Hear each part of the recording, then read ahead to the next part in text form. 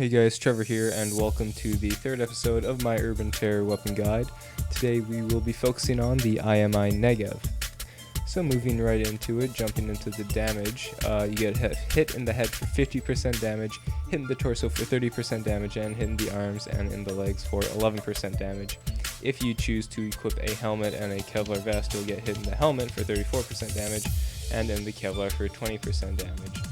So now moving on to the Negev weapon spread, I'm just showing you with the Negev unequipped and with the silencer, because you can't have a red dot sight on the Negev.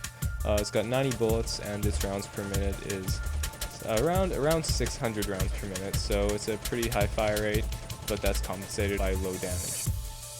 Okay, so now we're into the gameplay part of the video. And just to start off, as I do with usually all the other guns, is I'll just read off some facts about it in real life in case you're interested. So, the IMI Negev is an LMG designed and manufactured by Israel Military Industries, which is currently known as Israel Weapon Industries.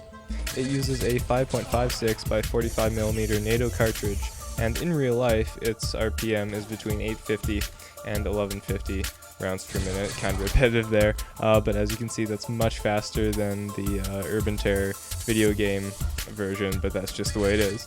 It uses either a 150 round ammunition belt or 35 round box magazine, and it is a replacement for the 5.56mm Galil ARM light machine gun, whose barrel would easily overheat during sustained fire.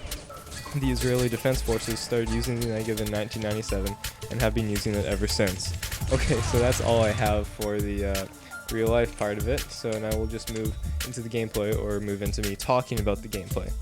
So I don't usually per se like to use the Negev that much, just because of its low damage, and it does sort of slow your stamina a little bit more than any other gun. It actually has that effect on your stamina, whereas other guns don't.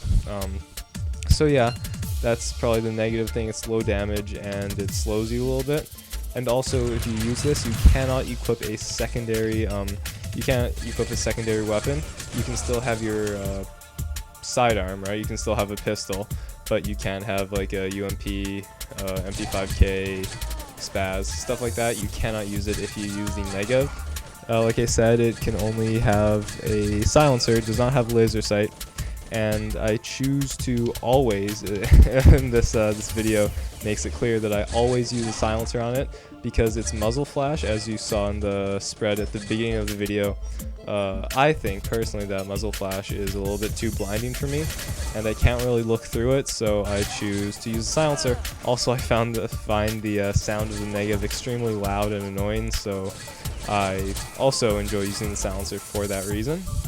A good thing about the Negev is that it does have a lot of bullets, so you won't really ever run out of bullets. It takes a while to reload.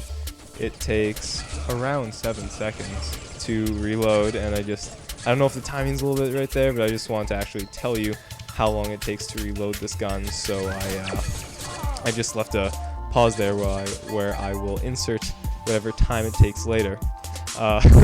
Anyways, so yeah, it takes a little while to reload, but apart from that, it's low damage, but you won't have to reload it often because of the fact that you have 90 bullets in a box, right? You have 90 bullets, so it's going to be a while to reload. So I personally, the way I play the Negev, I mean, you can play it as a support role really well. You can support really well, just because of the fact that it's got so many bullets. You just keep spraying, and it's rather accurate for sustained fire, actually. I mean, it does have like a spread, but the spread doesn't go crazy. It steadily picks up and off and around in like a circular pattern that's sort of random, but you still know like kind of where you're shooting, and you can still control it.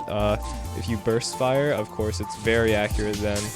And I think that it's really good. Also causes a lot of bleed outs, so that's good. If you die and then you hit the person with the Negev, they might die too because of the amount of bleed outs it causes, the amount of bleeding that it causes. So maybe if that person doesn't have a med pack, they're going to bleed out. Anyways, this commentary is actually coming to an end now. I hope I told you all there was to know about the Negev.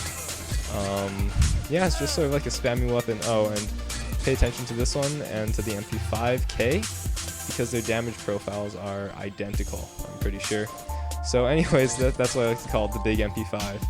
So, or Papa MP5. Anyways, I hope you enjoyed, and I will see you next time. I'll just keep talking until this gameplay ends, which is like right now. So, like I said again, hope you enjoyed, and I'll see you next time.